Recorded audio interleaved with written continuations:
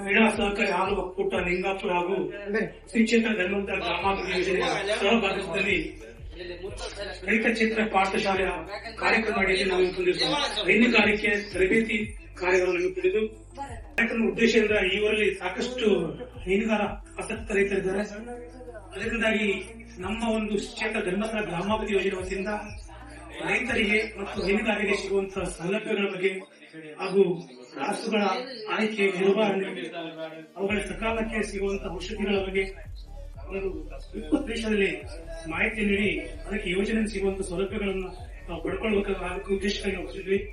ಅಧ್ಯಕ್ಷರಾಗಿರ್ತಕ್ಕಂತಹ ನಮ್ಮ ಈ ಒಂದು ಮಹಿಳಾ ಹಾಲು ಉತ್ಪಾದಕ ಸಹಕಾರ ಸಂಘದ ಲಿಂಗಪುರದ ಅಧ್ಯಕ್ಷರಾಗಿರ್ತಕ್ಕಂಥ ದೇವಮ್ಮ ಕಸಪ್ಪ ತಾಳಿಕೊಟ್ಟವರು ಈ ಒಂದು ಕಾರ್ಯಕ್ರಮ ಅಧ್ಯಕ್ಷತೆ ವಹಿಸಬೇಕಂತ ತಮ್ಮಲ್ಲಿ ಕೇಳಿಕೊಳ್ಳುತ್ತೆ. ಅದೇ ರೀತಿಯಾಗಿ ಈ ಒಂದು ಮಹಿಳಾ ಹಾಲು ಒಕ್ಕೂಟದ ಕಾರ್ಯದರ್ಶಿಯಾಗಿರ್ತಕ್ಕಂಥ ಅಯ್ಯಣ್ಣ ಸರ್ ಕೂಡ ಒಬ್ಬರು ಸಾಲು ಕೂಡ ವೇದಿಕೆ ಕೇಳಿಕೊಳ್ಳುತ್ತಾರೆ. ಎಲ್ಲ ವೇದಿಕೆ ಇರುವಂತಹ ಎಲ್ಲ ಗಣ್ಯಮಾನ್ಯರು ಕೂಡ ದೀಪ ಬೆಳೆಸುವ ಮೂಲಕ ಕಾರ್ಯಕ್ರಮ ಚಾಲನೆ ನೀಡುತ್ತಾ ತಮ್ಮಲ್ಲಿ ಕೇಳಿಕೊಳ್ಳುತ್ತೆ.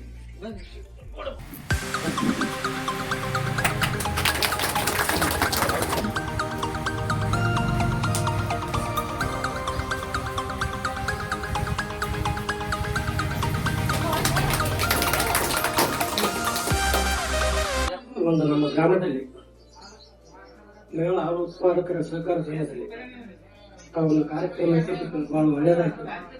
ಜೊತೆಗೆ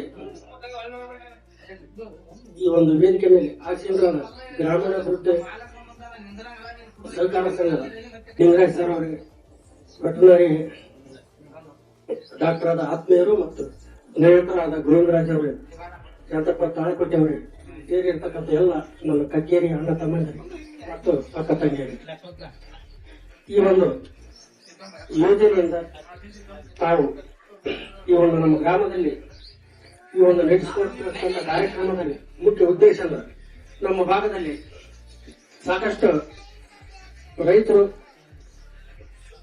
ಈ ಹಾಲು ಉತ್ಪಾದನೆಯಲ್ಲಿ ತಮ್ಮನ್ನು ತಾವು ತೊಡಗಿಸಿಕೊಂಡಾರ. ಆ ಒಂದು ಯೋಜನೆಗಾಗಿ ತಮ್ಮ ಸಂಘದಿಂದ ಕೈಲಾದಷ್ಟು ಯಾವುದೇ ಇರಲಿ ಆಟೋಗಳ ಪರ್ಚೇಸ್ ಮಾಡ್ತಕ್ಕಂಥ ವಿಷಯ ಬಂದಾಗ ಲೋನ್ ಕೊಡಿಸೋದಾಗ್ಲಿ ಅಥವಾ ಆಕಟಗಳಿಗೆ ಫುಡ್ ಆಗ್ಲಿ ಅಥವಾ ಮ್ಯಾಥ್ ಅವೆಲ್ಲ ಬರ್ತಾವ, ತಮ್ಮ ಸಂಘದಿಂದ ಏನಾದ್ರೂ ಸಹಾಯ ಸಹಕಾರ ಇದ್ರ ಜೊತೆಗೆ ಲೋನ್ ಕೊಡ್ತಕ್ಕಂಥ ವ್ಯವಸ್ಥೆ ಇದ್ರ ಎಲ್ಲಾನು ತಾವು ಮಾಡಿಕೊಡ್ತಾರೆ ಅಂತೇಳಿ ಈ ಒಂದು ಸಂದರ್ಭದಲ್ಲಿ ಕೇಳ್ಕೊಳ್ತದೆ. ಯಾಕಂದ್ರೆ ಒಂದು ಜೊತೆ ಹಾಕಕ್ಕ ಮ್ಯಾಟ್ ಅಂದ್ರೆ ಕನಿಷ್ಠ ಒಂದು 60,000 ರೂಪಾಯಿ ಇರ್ತದೆ. ಜೊತೆಗೆ ಸೆಟ್ ಅದಂದ್ರೆ ಕನಿಷ್ಠ 50ರಿಂದ 1 ಲಕ್ಷ ತನಕ ಬರ್ತದೆ.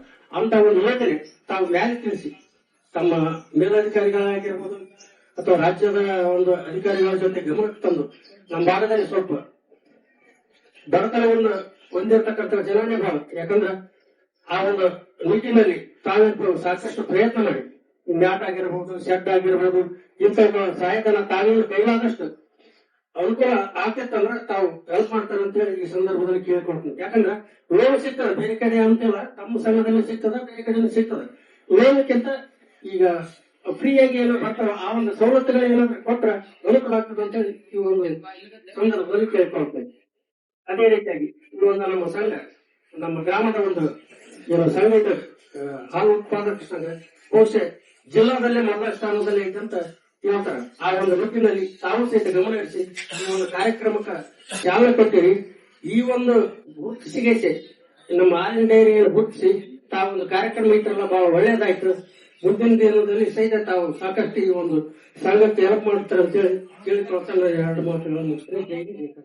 ಭಗವಾನ್ ಶ್ರೀ ಮಂಜುನಾಥ ಸ್ವಾಮಿಯನ್ನ ಹಾಗೂ ಅಣ್ಣಪ್ಪ ಸ್ವಾಮಿಯನ್ನ ಭಕ್ತಿಪೂರ್ವಕವಾಗಿ ಸ್ಮರಿಸಿಕೊಂಡು ನಾವು ನೀವೆಲ್ಲ ಇಲ್ಲಿ ಸೇರಲು ಕಾರಣೀಕರ್ತರಾದಂತಹ ಪರಮ ಪೂಜ್ಯ ಡಾಕ್ಟರ್ ಡಿ ವೀರೇಂದ್ರ ಹೆಗ್ಗಡೆ ಅವರು ಹಾಗೂ ಮಾತಾಶ್ರೀ ಅಮ್ಮನವರ ಆಶೀರ್ವಾದವನ್ನು ಪಡೆದುಕೊಂಡು ಸ್ಥಳೀಯ ದೇವಾನುದೇವತೆಗಳ ಪಾದರೊಂದಲ್ಲಿ ಕೊಡೆಮಟ್ಟು ವೇದಿಕೆಯಲ್ಲಿ ಆಸೀನರಾದಂತಹ ಈ ಒಂದು ಹಾಲು ಒಕ್ಕೂಟದ ಅಧ್ಯಕ್ಷರಾದಂತಹ ದೇವಮ್ಮ ಮೇಡಮ್ ಅವರೇ, ಈ ಒಂದು ಹಾಲು ಒಕ್ಕೂಟದ ಕಾರ್ಯದರ್ಶಿಯಾದಂತಹ ಅಯ್ಯಣ್ಣ ಸರ್ ಅವರೇ, ಗೋವಿಂದರಾಜು ಸರ್ ಅವರೇ ಹಾಗೂ ಮಾಜಿ ಪುರಸಭೆ ಅಧ್ಯಕ್ಷರಾದಂತಹ ಶಾಂತಪ್ಪ ಸರ್ ಅವರೇ, ಲಕ್ಷ್ಮಣ್ ಸರ್ ಅವರೇ ಹಾಗೂ ಈ ಒಂದು ಸಭೆಗೆ ಆಗಮಿಸಿದಂತಹ ನನ್ನೆಲ್ಲ ಆತ್ಮೀಯ ರೈತ ಬಾಂಧವರೇ, ಮುಖ್ಯವಾಗಿ ಒಕ್ಕಲಿಗ ಒಕ್ಕಿದರೆ ಉಕ್ಕುವುದು ಜಗವೆಲ್ಲ, ಒಕ್ಕಲಿಗ ಒಕ್ಕದಿರೆ ಬಿಕ್ಕುವುದು ಜಗವೆಲ್ಲ ಎನ್ನುವ ಹಾಗೆ ಸೈನಿಕ ರಾಷ್ಟ್ರವನ್ನ ದೇಶವನ್ನ ಕಾಯಾಗ ಎಷ್ಟು ಮುಖ್ಯನೋ ಅದೇ ರೀತಿ ರೈತನು ಕೂಡ ದೇಶದ ಜನಕ್ಕೆ ಅನ್ನ ನೀಡಲು ಅಷ್ಟೇ ಪ್ರಾಮುಖ್ಯತೆಯನ್ನು ವಹಿಸಿಕೊಂತಾನ. ನಮ್ಮ ದೇಹದ ಎರಡು ಕಣ್ಣುಗಳು ಎಷ್ಟು ಇಂಪಾರ್ಟೆಂಟ್ ಅದೇ ರೀತಿ ರೈತ ಮತ್ತು ಸೈನಿಕ ಮುಖ್ಯವಾಗುತ್ತಾರೆ. ಆ ನಿಟ್ಟಿನಲ್ಲಿ ಇವತ್ತು ವಿಶೇಷವಾಗಿ ಧರ್ಮಸ್ಥಳದ ಗ್ರಾಮಾಭಿವೃದ್ಧಿ ಯೋಜನೆ ಹಾಗೂ ಈ ಹಾಲು ಒಕ್ಕೂಟದ ಸಹಭಾಗಿತ್ವದಲ್ಲಿ ಇವತ್ತು ನಾವೇನ್ ಮಾಡ್ತಾ ಇದೀವಿ ಅಂತಂದ್ರೆ ಹೈನುಗಾರಿಕೆಗೆ ಸಂಬಂಧಪಟ್ಟಂಗೆ ರೈತ ಕ್ಷೇತ್ರ ಪಾಠಶಾಲೆ ಹಮ್ಮಿಕೊಂಡು ರೈತರಿಗೆ ವಿಶೇಷವಾಗಿ ಹೈನುಗಾರಿಕೆಯಿಂದ ಬರ್ತಕ್ಕಂಥ ಲಾಭಗಳ ಬಗ್ಗೆ, ಅದರೊಟ್ಟಿಗೆ ಹೈನುಗಾರಿಕೆಯಲ್ಲಿ ಆಗ್ತಕ್ಕಂಥ ಎದುರು ತೊಡಗುಗಳ ಬಗ್ಗೆ, ಅಂದ್ರೆ ಹಸುಗಳಿಗೆ ಯಾವೆಲ್ಲ ಕಾಯಿಲೆ ಬರ್ತಾವು, ಅವನು ಯಾವ ರೀತಿ ನಾವು ಕಂಟ್ರೋಲ್ ತರಬೇಕು, ಅದರೊಟ್ಟಿಗೆ ಹಾಲಿನ ಉತ್ಪನ್ನವನ್ನ ಹೆಚ್ಚಿ ಮಾಡಲು ಯಾವೆಲ್ಲ ತಳಿಗಳನ್ನ ಹೂವಿನ ತಳಿಗಳನ್ನ ಬೆಳಿಬೇಕು, ಅದರೊಟ್ಟಿಗೆ ದನಗಳಿಗೆ ಬರ್ತಕ್ಕಂಥ ರೋಗಗಳಿಗೆ ಯಾವುದೆಲ್ಲ ನಾವು ಮುನ್ಸೂಚನೆಯಾಗಿ ಲಸಿಕೆಯನ್ನ ಪಡ್ಕೊಳ್ಬೇಕು ಅನ್ನೋದ್ರ ಬಗ್ಗೆ ಮಾಹಿತಿ ಕೊಡಿಸಬೇಕು ಸಂಪನ್ನ ವ್ಯಕ್ತಿ ಡಾಕ್ಟರ್ ಕಡೆಯಿಂದ ಅಂದು ನಿನ್ನೆ ನಾವು ನಮ್ಮ ತಾಲೂಕಿನ ಕೃಷಿಧಿಕಾರಿ ಸರ್ ನಾವು ಹೋಗಿ ಡಾಕ್ಟರ್ ಸಾಹೇಬ್ ಭೇಟಿ ಆದ್ವಿ. ಖಂಡಿತವಾಗಿ ನಾವು ಸಹಕಾರ ಕೊಡ್ತೀವಿ. ಕಾರ್ಯಕ್ರಮ ಮಾಡೋತರ ಅತಿ ಹೆಚ್ಚು ಹಾಲು ಉತ್ಪಾದನೆ ಮಾಡತಕ್ಕಂಥದ್ದು ಲಿಂಗಾಪುರದಲ್ಲಿ ಅಲ್ಲೇ ಕಾರ್ಯಕ್ರಮ ಮಾಡೋದಾಗ ನಾವು ಇಲ್ಲೇ ಕಾರ್ಯಕ್ರಮವನ್ನ ನಿಯೋಜನೆ ಮಾಡಿದ್ವಿ. ನಿಮ್ಗೆ ಗೊತ್ತಿದ್ದ ಹಾಗೆ ಶ್ರೀ ಕ್ಷೇತ್ರ ಧರ್ಮಸ್ಥಳ ಗ್ರಾಮಾಭಿವೃದ್ಧಿ ಯೋಜನೆ ಅಂತಕ್ಕಂಥದ್ದು ಕೇವಲ ಸ್ವಸಹಾಯ ಸಂಘ ಮತ್ತು ಉಳಿತಾಯ ಮತ್ತು ಸಾಲಕ್ಕೆ ಮಾತ್ರ ಸೀಮಿತವಾದಂತ ಸಂಸ್ಥೆ ಅಲ್ಲ. ಒಂದು ವಿಚಾರ ನಿಮ್ಗೆ ಹೇಳ್ಬೇಕಂತಂದ್ರೆ ದೇಹದಲ್ಲಿ ಒಂದು ಕಣ್ಣು ಬಿಟ್ಟು ಉಳ್ಕದ್ದೆಲ್ಲವೂ ಕೂಡ ಕೆಲಸ ಆಗ್ತದೆ. ದೇಹದಲ್ಲಿ ಒಂದು ಕಣ್ಣಿದ ಹಾಗೆ ಅಷ್ಟು ಯಾವುದು ಸಂಘ ಅಂತಕ್ಕಂಥದ್ದು ಅದನ್ನು ಹೊರತುಪಡಿಸಿ ನಾವು ಧರ್ಮಸ್ಥಳದ ಗ್ರಾಮಾಭಿವೃದ್ಧಿ ಯೋಜನೆಯಲ್ಲಿ 10 ಹಲವು ಕಾರ್ಯಕ್ರಮಗಳನ್ನ ನಾವು ಅನುಷ್ಠಾನ ಮಾಡ್ತಾ ಇದ್ದೀವಿ. ಈಗಾಗಲೇ ನಿಮ್ಗೆ ಗೊತ್ತಾಗೆ ನಮ್ಮ ಇಲ್ಲಿ ಮಹಿಳೆ ಸಂಘಗಳನ್ನು ಮಾಡಿದೀವಿ. ನಮ್ಮ ಕಕ್ಕೇರದಲ್ಲಿ ಪುರುಷರ ಸಂಘ ಕೂಡ ಅದಾವು. ಸ್ವಸಹಾಯ ಸಂಘ, ಪ್ರಗತಿ ಬಂಧು ಸಂಘ ಅಂತ ಅದಾವು. 10 ಜನ ಸೇರಿ ಸ್ವಸಹಾಯ ಸಂಘವನ್ನು ಮಾಡಿಕೊಂಡು ಅವರು ವಾರ 20 ರೂಪಾಯಿ ಉಳಿತಾಯ ಮಾಡ್ಕೊಂಡು ಹೋಗ್ತಾ ಇದ್ದಾರ. ಉಳಿತಾಯ ಮಾಡಿದಂತ ಉಳಿತಾಯವನ್ನ ರಾಷ್ಟ್ರೀಕೃತ ಬ್ಯಾಂಕ್ ಆದಂತ ಕರ್ನಾಟಕ ಗ್ರಾಮೀಣ ಬ್ಯಾಂಕ್ನಲ್ಲಿ ಆ ಸಂಘದ ಖಾತೆಯನ್ನ ತೆರೆದು ಅಲ್ಲಿ ಹೋಗಿ ಕೊಟ್ಟು ಬಂದು ಇಲ್ಲಿ ಆಫೀಸ್ ತಂದು ಕಟ್ತೀರಿ. ನಿಮ್ಮ 2-3 ಗಂಟೆ ಒಳಗಡೆ ನಿಮ್ಮ ಖಾತೆಗೆ ಹೋಗಿ ನಿಮ್ಮ ಸಂಘದ ಖಾತೆಗೆ ಅಮೌಂಟ್ ಜಮೆ ಆಗ್ತಕ್ಕಂಥದ್ದು ಒಂದು ವ್ಯವಸ್ಥೆ ನಮ್ಮ ಧರ್ಮಸ್ಥಳ ಸಂಸ್ಥೆಯಲ್ಲಿ. ಅದರೊಟ್ಟಿಗೆ ನಿಮ್ಗೆ ಅನ್ಕೋಬಹುದು ನಮ್ದೇ ಬಾಳ ಸಂಘಿಲ್ಲ. ಲಿಂಗಾಪುರದಲ್ಲಿ ಒಂದು 5-6 ಸಂಘದವು, ಕಕ್ಕೇರಿ ಬಹಳ 152 ಸಂಘ ಅಂತ ನೀವು ಅನ್ಕೋಬಹುದು. ಆದ್ರೆ ಧರ್ಮಸ್ಥಳದ ಗ್ರಾಮಾಭಿವೃದ್ಧಿ ಯೋಜನೆ ಅಂತಕ್ಕಂಥದ್ದು ಇಡೀ ಕರ್ನಾಟಕ ರಾಜ್ಯದ ವ್ಯಾಪ್ತಿಯಲ್ಲಿ ಎಲ್ಲಾ ಕಡೆ ಇರುವುದರಿಂದ ಸುಮಾರು ನಿಮ್ಮ ಹಾಗೆ 6,50,000 ಸಂಘಗಳನ್ನು ಒಳಗೊಂಡಿದೆ. ಅಷ್ಟು ಸಂಘಗಳನ್ನು ಒಳಗೊಂಡು 54 ಲಕ್ಷ ಸದಸ್ಯರನ್ನು ಒಳಗೊಂಡು ಗ್ರಾಮಗಳಿಗೆ ಏನು ಅನುಕೂಲತೆಗಳನ್ನ ಮಾಡ್ತಕ್ಕಂಥ ವ್ಯವಸ್ಥೆ ಪೂಜ್ಯ ವೀರೇಂದ್ರ ಹೆಗ್ಡೆ ಅವರು ಮಾಡ್ತಾ ಬಂದಿದ್ದಾರೆ. ಅದಕ್ಕೆ ವಿಶೇಷವಾಗಿ ಇವತ್ತು ತಾವೆಲ್ಲರೂ ಕೂಡ ತಾಯಂದಿರು ಮತ್ತು ರೈತ ಬಾಂಧವರು ಸೇರಿದ್ದೀರಿ. ಮುಖ್ಯವಾಗಿ ನಾವೆಲ್ಲ ಕೇವಲ ಕವಳಿ ಅಂದ್ರೆ ಭತ್ತಕ್ಕೆ ಮಾತ್ರ ಸೀಮಿತ ಆಗ್ತೀವಿ. ಭತ್ತನ ಅಥವಾ ಒಂದು ಹತ್ತಿನ ಸೋಯಾಬೀನ ಬೆಳಿತೀವಿ. ಅದರೊಟ್ಟಿಗೆ ನಾವು ಹೈನುಗಾರಿಕೆ ಮಾಡೋದರಿಂದ ಏನಾಗ್ತದಂದ್ರೆ ಪ್ರತಿ ವಾರನೂ ನಮ್ಗೆ ಆದಾಯ ಬರ್ತದೆ, ಪ್ರತಿ ದಿನಾನೂ ಕೂಡ ಆದಾಯ ಬರ್ತಕ್ಕಂಥ ಒಂದು ಒಳ್ಳೆಯ ಸ್ವಉದ್ಯೋಗ ಅಂತ ಹೇಳ್ಬೋದು.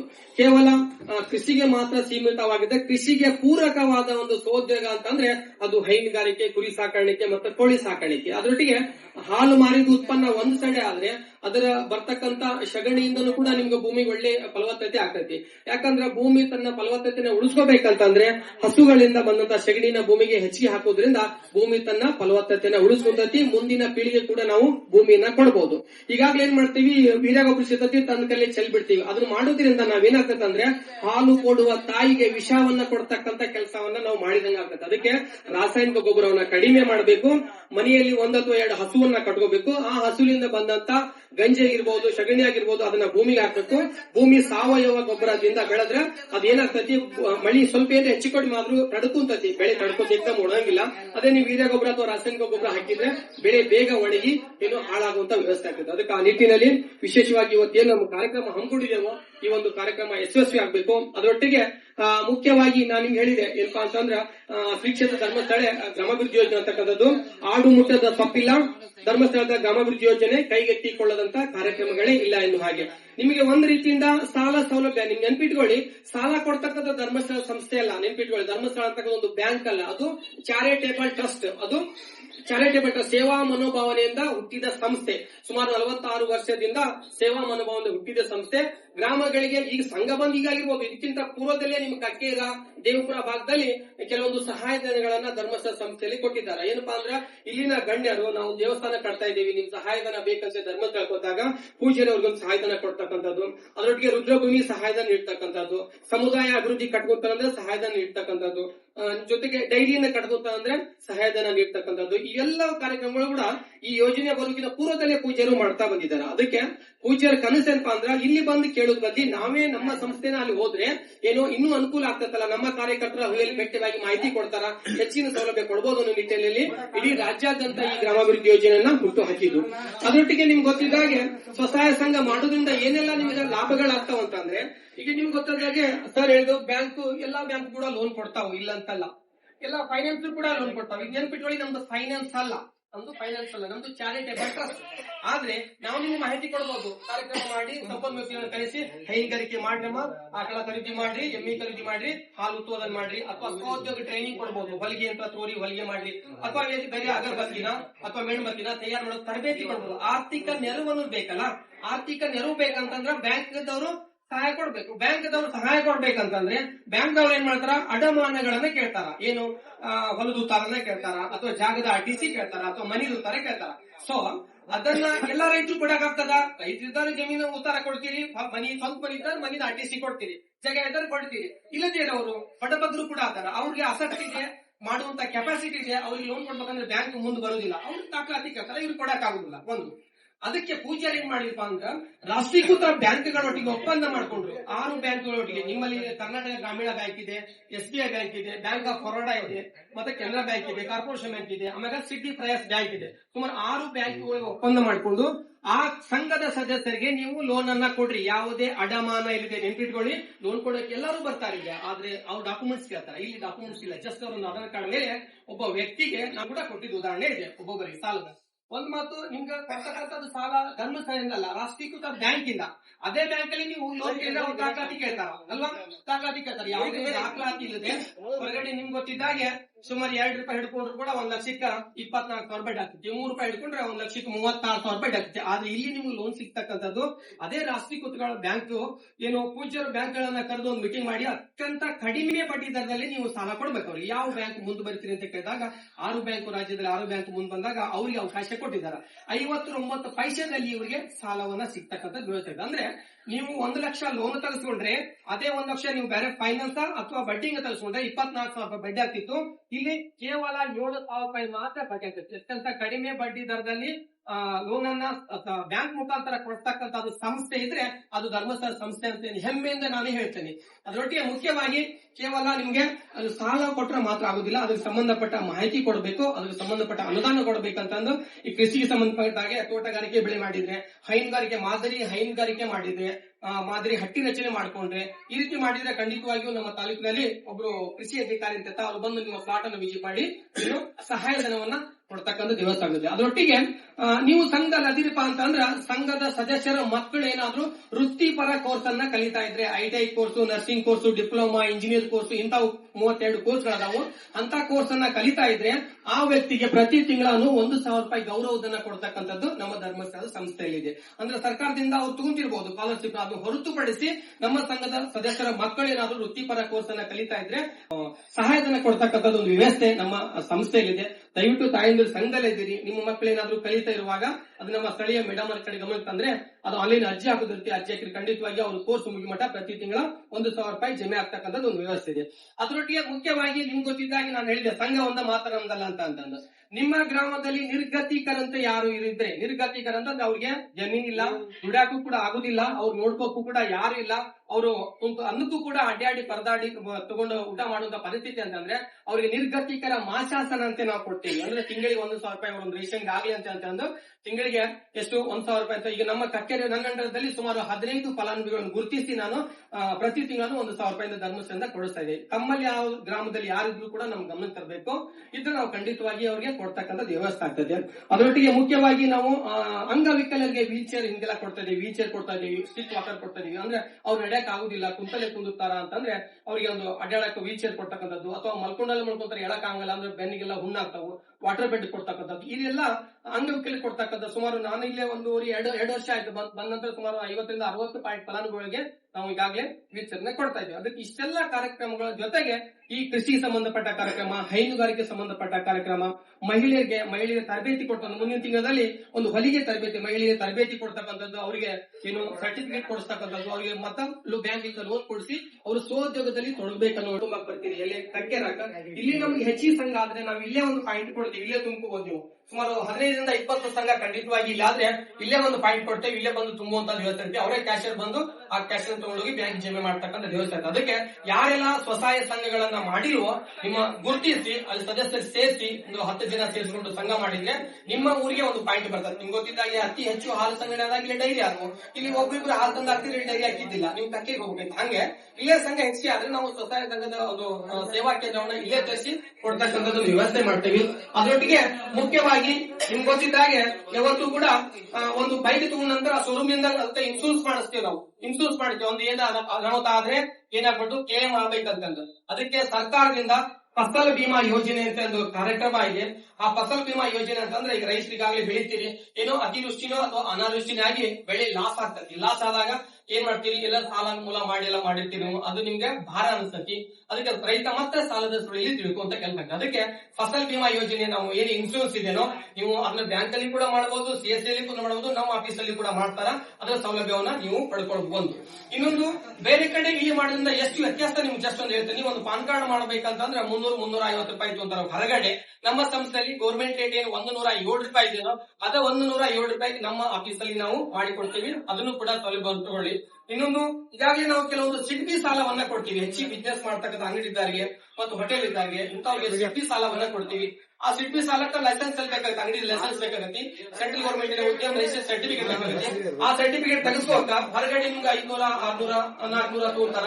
ಇಲ್ಲಿ ನಮ್ಮ ಸಂಸ್ಥೆಯಲ್ಲಿ 30 ರೂಪಾಯಿಗೆ ಮಾತ್ರ ಅದು ಉದ್ಯಮ ನೋಂದಣಿ ಸರ್ಟಿಫಿಕೇಟ್ ತೆಗೆಸ್ತಕ್ಕಂಥದ್ದು ನಮ್ಮ CSC ಕೇಂದ್ರದಲ್ಲಿ ಈ ರೀತಿ ಎಲ್ಲ ವ್ಯವಸ್ಥೆ ಇದೆ. ಅದು ದಯವಿಟ್ಟು ಈ ಧರ್ಮಸ್ಥಳದ ಗ್ರಾಮಾಭಿವೃದ್ಧಿ ಯೋಜನೆ ಎಲ್ಲ ಸೌಲಭ್ಯಗಳನ್ನ ತಾವು ತಗೋಬೇಕು. ಅದರೊಟ್ಟಿಗೆ ತಾವು ಸಕ್ರಿಯವಾಗಿ ಪಾಲ್ಗೊಳ್ಬೇಕು. ಯಾರೆಲ್ಲ ಸ್ವಸಹಾಯ ಸಂಘವನ್ನ ಸೇರಿಲ್ಲೋ ಅವರು ದಯವಿಟ್ಟು ಸಂಘವನ್ನ ಸೇರಿ ಮುಂದಿನ ದಿನಗಳಲ್ಲಿ ಇನ್ನೂ ಧರ್ಮಸ್ಥಳದ ಗ್ರಾಮಾಭಿವೃದ್ಧಿ ಯೋಜನೆ ಅತ್ಯಂತ ಒಳ್ಳೆ ರೀತಿ ಕೆಲಸ ಮಾಡಲು ತಾವೆಲ್ಲರೂ ಸಹಕಾರ ನೀಡಬೇಕಂತ ಹೇಳ್ತಾ ಇವತ್ತು ತಮ್ಮ ಒಂದು ಡೈರಿಯಲ್ಲಿ ಈ ಒಂದು ಕಾರ್ಯಕ್ರಮ ಹಮ್ಮಿಕೊಳ್ಳಲು ಅವಕಾಶ ಮಾಡಿಕೊಟ್ಟು ಈ ಕಾರ್ಯಕ್ರಮವನ್ನು ಯಶಸ್ವಿ ಮಾಡಿದಂತ ತಮ್ಮೆಲ್ಲರಿಗೂ ಕೂಡ ವಂದಿಸುತ್ತಾ ಅತಿಥಿ ಗಣ್ಯರಿಗೆ ಧನ್ಯವಾದಗಳನ್ನು ಹೇಳುತ್ತಾ ಈ ಕಾರ್ಯಕ್ರಮದಲ್ಲಿ ನಾವು ಮಾತಾಡಕ್ಕೆ ಆಗ್ತದೆ. ಆದ್ರೆ ಕೇವಲ 3 ವರ್ಷದ ಹಿಂದೆ ಸ್ಥಾಪನೆಯಾದಂತ ಈ ಮಹಿಳಾ ಹಾಲು ಉತ್ಪಾದಕರ ಸಂಘ 26 ಲೀಟರ್ಗಳಿಂದ ಪ್ರಾರಂಭ ಆಗಿ ಇವತ್ತು ಕೇವಲ ಅತ್ಯಂತ ಕಡಿಮೆ ಅವಧಿಯಲ್ಲಿ ಅಂದ್ರೆ ಕೇವಲ 3 ವರ್ಷದಲ್ಲಿ 1500 ಲೀಟರ್ ಒಂದು ದಿನಕ್ಕೆ ಹಾಲು ಸಪ್ಲೈ ಆಗ್ತಕ್ಕಂತ ಒಂದು ಈ ಸಂಘದಲ್ಲಿ ಇದಕ್ಕೆ ಪರೋಕ್ಷವಾಗಿ ಪ್ರತ್ಯಕ್ಷವಾಗಿ ಸಹಕರಿಸಿದ ಎಲ್ಲ ರೈತ ಬಾಂಧವರಿಗೆ ಮತ್ತು ಊರಿನ ಗಣ್ಯ ವ್ಯಕ್ತಿಗಳಿಗೂ ಸಂಘದ ಪದಾಧಿಕಾರಿಗಳಿಗೂ ಸೇರು ಸದಸ್ಯರಿಗೂ ಇದೆಲ್ಲ ಕೀರ್ತಿಯನ್ನು ಸಲ್ಲಬೇಕಂತ ಈ ಸಂದರ್ಭದಲ್ಲಿ ಹೇಳ್ತೇನೆ.